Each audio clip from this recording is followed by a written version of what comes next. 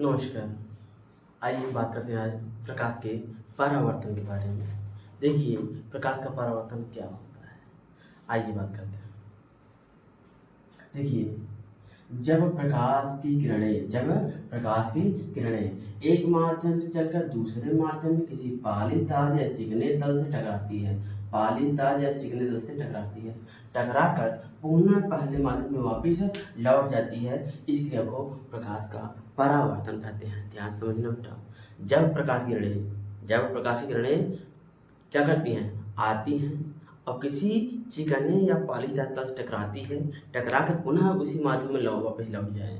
जहाँ से आई से मान लो इधर से आई है और टकरा के वापस लौट जाए, चाहे ऐसे ही क्यों ना हो, ऐसे आए तो ऐसे ही क्यों ना हो, क्या हुआ? प्रकाश का परावर्तन होता है। फिर सुन लीजिएगा, जब प्रकाश की किरणें एक माध्यम से चल करके दूसरे माध्यम में किसी पॉलीदार या चिकने तल से टकराकर पुनः पहले माध्यम में वापस लौट जाता है। इस क्रिया को प्रकाश का परावर्तन कहते हैं। देखिए, प्रकाश के परावर्तन में क्या क्या होता है।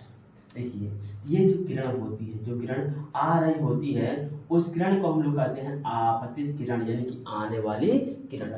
अगर आने वाली ये किरण है तो क्या होता है, टकराने के बाद पुनः उसी माध्यम में वापस लौट जाती है। जिधर से आई है उधर ही वापस लौटती है। ध्यान देना, आने वाली को कहते हैं आपतित किरण।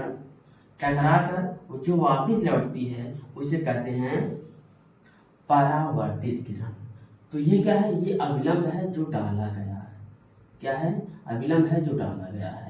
और अविलंब डालने की वजह से इसका आपतन कोण I और परावर्तन कोण R, ये दोनों बराबर हो सकते हैं या बराबर हो जाते हैं। इसीलिए हम लोग कहते हैं साइन I बराबर साइन R, यानी कि आपतन कोण परावर्तन कोण के बराबर होता है। एक बात और सुन लीजिएगा, आपतन कोण I परावर्तन कोण R के बराबर होता है। ये क्या है? अब ध्यान दीजिएगा। और ये अगर बात करेंगे इसकी, ये क्या है? ये हमारा आपतन बिंदु होता है।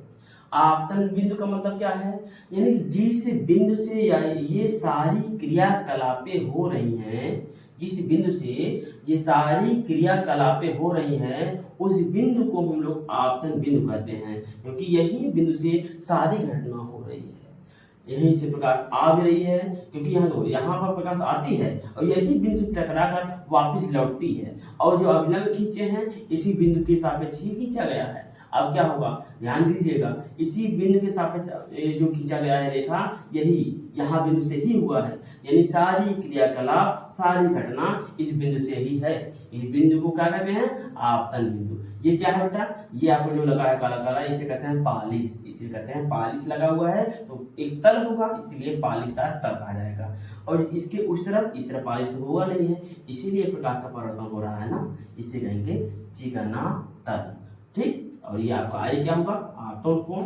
आर क्या है? परावर्तन कोण। आई क्या है? आपतन कोण। आर क्या है? परावर्तन कोण। ध्यान दीजिएगा, इसका नियम क्या है? इसका नियम 2 है। कौन कौन सा है? आइए बात करते हैं। अब देखिए, दोनों, पहला क्या है? पहला आपका नियम ये है कि आपतित किरण, परावर्तित किरण, आपतन बिंदु पर खींचा गया विलंब, तीनों ही एक ही तल में होते हैं। कौन सा? आपतित किरण, परावर्तित किरण तथा आपतन बिंदु पर खींचा गया विलंब तीनों ही एक ही तल में होते हैं। दूसरा क्या है? आपतन कोण I, परावर्तन कोण R, दोनों बराबर होते हैं। कह सकते हैं आपतन कोण बराबर परावर्तन कोण।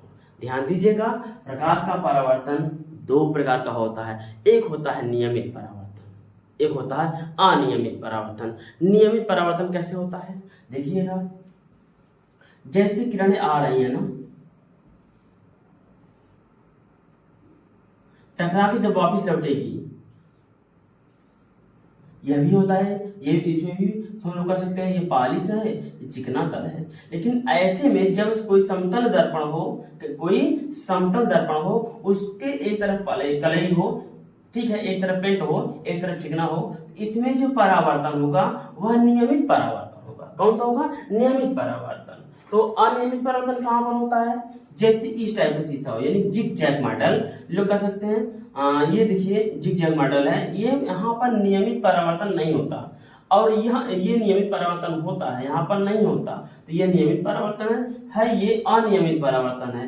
देखो जैसे यहाँ से लड़ी, अब यहाँ से ये ऐसे जाएगी, अगर यहाँ से लड़ी है तो यहीं चली जाएगी, फिर यहाँ से लड़ी है यहाँ पर गई है तो ऐसे चली जाएगी। ठीक, तो ये क्या हो गई, ये अनियमित परावर्तन होता है। अच्छा, नियमित परावर्तन किन क्षेत्रों में होता है? नियमित परावर्तन किन क्षेत्रों में होता है? मैदानी इलाकों में होता है, और ये पठारी इलाकों में होता है। यानी पठार मतलब कह सकते हैं कि पहाड़ टाइप का हो, जो वहां पर कौन सा होता है? अनियमित परावर्तन। नियमित परावर्तन कहाँ पर हो? एकदम जहाँ जो है जमीन एकदम समतल होता है, वहां होता है नियमित परावर्तन। ठीक है, आज आपको इतना ही बताएंगे, आगे आपको हम कल बताएंगे। तब तक के लिए आपसे विदा लेना।